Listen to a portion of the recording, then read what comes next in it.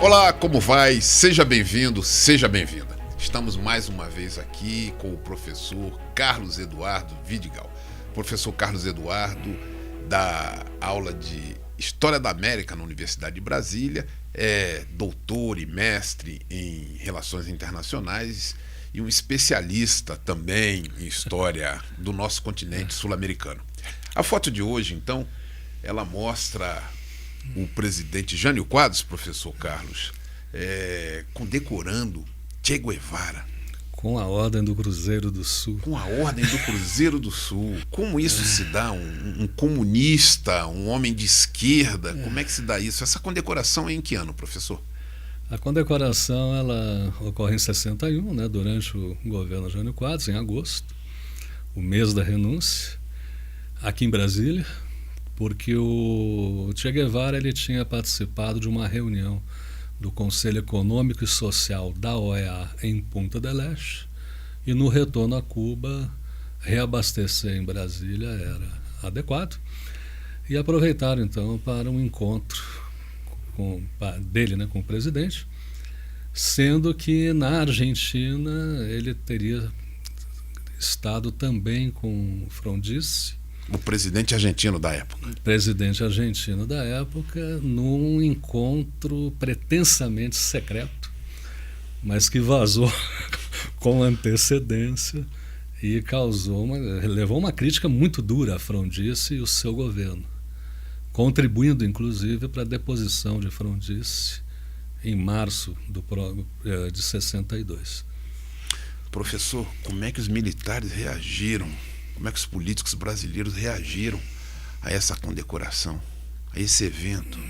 O evento ele é muito conhecido na história brasileira e problemático para Jânio Quadros, porque Cuba já era um grande símbolo de resistência ao imperialismo norte-americano e os Estados Unidos faziam uma pressão muito forte sobre os partidos políticos mais à direita, inclusive no Brasil, considerando então esse evento um escândalo, né? E quem personificou isso foi Carlos Lacerda, com suas críticas duríssimas. Críticas que ele fazia dia a dia nos seus jornais, né? Que era um grande veículo de comunicação para a massa.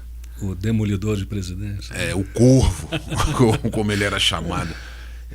Já era Cuba um centro de comunista, já era um país, uma ilha comunista a essa época da condecoração, professor? Um historiador chileno, Fernando Mires, que argumenta que a Revolução Cubana foi uma revolução latino-americana e cubana. Ou seja, que seria um equívoco compreender o movimento de Sierra Maestra, a chegada de Fidel Castro ao poder em janeiro de 59, e os primeiros meses do novo governo como um governo socialista ou comunista. Então é bom lembrar que o movimento de Fidel Castro era um movimento pela democracia, pela realização de eleições, pelo Estado democrático de direito. Então, em 60, durante a campanha eleitoral de 60, o Jânio Quadros chegou a visitar a Havana, esteve com Fidel e com Che Guevara. E isso era uma movimentação política no sentido de ganhar a simpatia das esquerdas nacionais, o que ele conseguiu em boa medida. Mas em 60 Cuba já tinha essa direção, a Revolução de Sierra Maestra já tinha levado Cuba para essa direção? Não, Cuba ainda não tinha assumido o caráter socialista.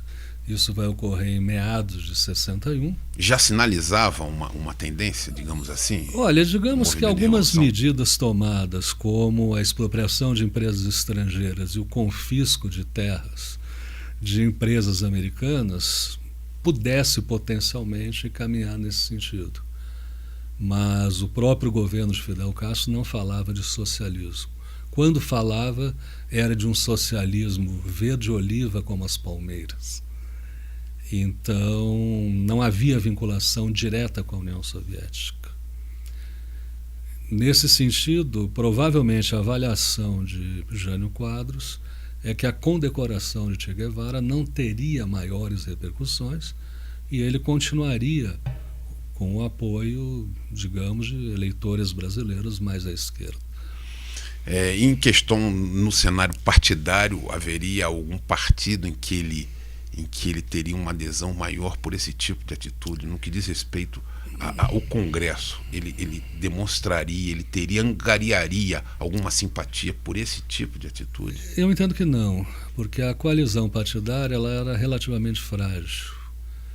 Com o PTN, que era o partido do Jânio, mas era um partido nacionalmente fraco, Democracia Cristã, UDN, a UDN sim, mas era um ato que confrontava exatamente com a UDN, com a sua principal base de apoio parlamentar. Daí a dúvida, né, dos analistas, dos historiadores, minha também, da razão pela qual houve essa condecoração. Sim, mas nesse cenário partidário o PTB poderia ter uma simpatia maior por uma atitude dessa, até porque era um PTB um pouco mais de esquerda. E o PTB também tinha vice-presidência, né? Então, nesse sentido, sim. Mas eu não saberia dizer, eu nunca fiz nenhuma análise sobre o parlamento brasileiro nesse período. Professor, Jânio Quadros é praticamente o criador da política externa independente que vai nortear a diplomacia brasileira. Eu posso dizer que isso também faz parte, é um ingrediente, essa condecoração, ingrediente desse raciocínio de uma política externa independente? Sem dúvida alguma, né? No contexto da Guerra Fria e os Estados Unidos já tendo passado pelo macartismo, mas ainda muito preocupados com a contenção da União Soviética, essa cena ela é uma resposta, né, autônoma, independente do Brasil nesse cenário. Agora, não há, no meu entendimento, nenhum vínculo mais direto com as necessidades econômicas, comerciais do governo Jânio Quadros à época. Professor, 1960, década de 50, o Brasil, nos anos 60, o Brasil vivia uma restrição, um ódio, digamos assim, à questão do comunismo. De onde é que será que surge isso? Porque, por exemplo, na reabertura, terminado o governo Figueiredo, me parece que há um arrefecimento em que essas questões, vem o pluripartidarismo, o comunismo é reinserido no cenário político nacional, e me parece que há um relaxamento na década de 80, década de 90 também, mas em 60, década de 50 era uma coisa de bastante conflito. De onde é que vem essa restrição nessas décadas ao comunismo? Há quem diga que na América Latina o anticomunismo chegou antes do comunismo. Considerando a influência dos Estados Unidos e a atuação americana nas conferências regionais. A questão é que o comunismo ele se encaixou como a mão e a luva com os interesses das elites latino-americanas. Então, foi um excelente instrumento para conter as esquerdas e para conter os sindicatos e os movimentos sociais em geral.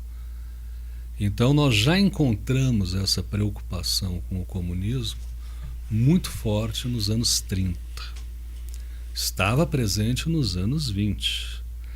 Mas nos anos 30 aumenta a preocupação dessas elites com os movimentos de esquerda, mas é claro, ainda nada comparável aos anos 50 e 60, como disseste.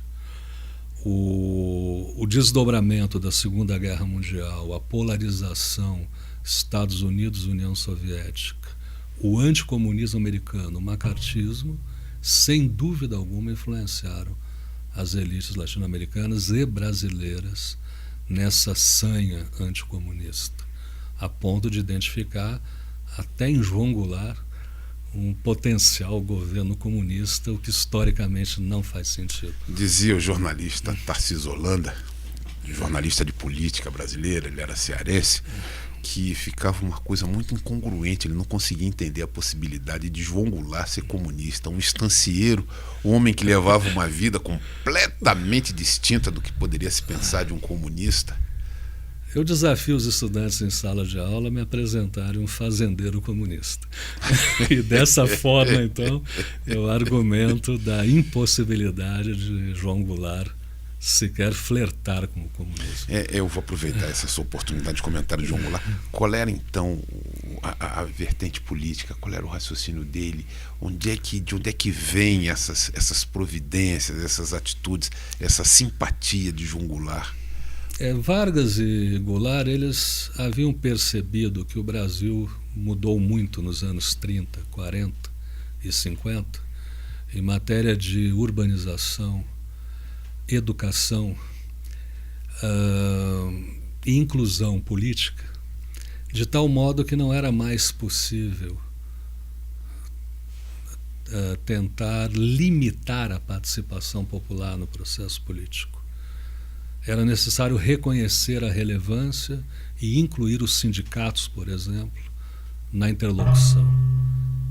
E, nesse sentido, eles buscavam um equilíbrio entre os interesses empresariais, seja do campo da indústria ou da área financeira, e os interesses da sociedade, dentro de uma perspectiva que eu chamaria social-democrata, mais o João Goulart do que o Getúlio. Agora, com a saída de Getúlio do cenário, João Goulart seria o herdeiro natural. João Goulart e talvez depois Brizola, mas Juscelino Kubitschek consegue interromper essa linha, digamos, PTBista, né? Mas a presença do PTB nos governos JK e Jânio Quadros, na figura do Jango, tem uma importância muito grande. Agora, o golpe de 64 e a ditadura militar, sem dúvida alguma, foram responsáveis pela desidratação do trabalhismo. E tentar, nesses 20 anos, apagar a memória de tal modo que não pudessem retomar valores, princípios e a força política que tiveram nos anos 50 e início dos 60. Professor, voltando à foto, a gente pode dizer que esse é o maior retrato, literalmente, é uma foto, o maior retrato dessa política externa independente. Vem assim de pronto alguns outros momentos em que o senhor possa dizer que foram providências de Jânio Quadros nessa política externa independente? A política externa independente, ela é importante não apenas em termos de autoestima, de um país colocar os seus interesses acima de quaisquer outros, né, ou outras forças, como possibilitou esse diálogo mais direto com Cuba, trabalhar de forma um pouco mais enfática a relação do Brasil com os países africanos, notadamente os de língua portuguesa, os de colonização portuguesa, e acenar positivamente para o processo de descolonização. Então é um momento em que o desenvolvimento e a descolonização são muito debatidos e, juntamente com o desarmamento, vão formar os 3 Ds do discurso de Araújo Castro, já no governo João Goulart. Então há aí uma continuidade entre Jânio e Jango, seu vice-presidente, nesse sentido da afirmação de uma maior autonomia do Brasil no cenário internacional. Quais eram os 3 Ds, professor? Desenvolvimento, desarmamento, descolonização. Para que fique bem cristalino. Professor, quer dizer, essa foto estabelece um prejuízo a despeito de ser uma atitude de independência de nossa política, mas estabelece um prejuízo para Jânio Quadros. Esse é um primeiro questionamento. E o segundo, o senhor disse num outro programa que a política externa independente durante muito tempo ela esteve permeando a política de relações exteriores brasileira. Eu queria que o senhor voltasse a esse comentário. Alguns diplomatas brasileiros, dos mais experientes, argumentam que a política externa independente foi a política correta na época errada. Como historiador, a gente tem dificuldade de aceitar esse tipo de argumentação, né? Não existe uma época certa, uma época errada, uma conjuntura certa, uma conjuntura errada. Ela era uma política de defesa dos interesses nacionais vinculados ao desenvolvimento econômico e social, é bom que se diga, com um respeito muito grande às nossas tradições, mas sem maiores vínculos com Washington, como tinha sido o caso de outros governos, como de Dutra. Então, esses valores eles vão permanecer na política externa brasileira. Nós teremos o Geisel com a política ecumênica e responsável, mantendo ou retomando boa parte desses princípios, e, de certo modo, o próprio governo Lula, em 2003, junto com Celso Amorim, eles resgatam esses valores da política externa independente, que conceitualmente me parece bastante adequado. Agora, naquela circunstância em que foi feita essa foto, resultados duvidosos. A política externa independente e a própria foto concorreram para aumento das críticas dentro da própria coalizão de governo, com Carlos Lacerda, né, batendo duro no Jânio Quadros, e a renúncia. Quer dizer, elas fazem com que haja um rarear de apoiamentos ao governo de Jânio Quadros. Sem dúvida alguma. Né, contribui para a renúncia, que é outra temática. E que a gente vai conversar então em outra oportunidade. Queríamos agradecer a você pela nossa audiência, por ter nos acompanhado nesse A História da Foto, e agradecer também ao professor Carlos Eduardo Vidigal, que é professor de História da América da Universidade de Brasília, doutor em Relações Internacionais e mestre em História. O aguardamos então para um próximo A História da Foto. Muito obrigado.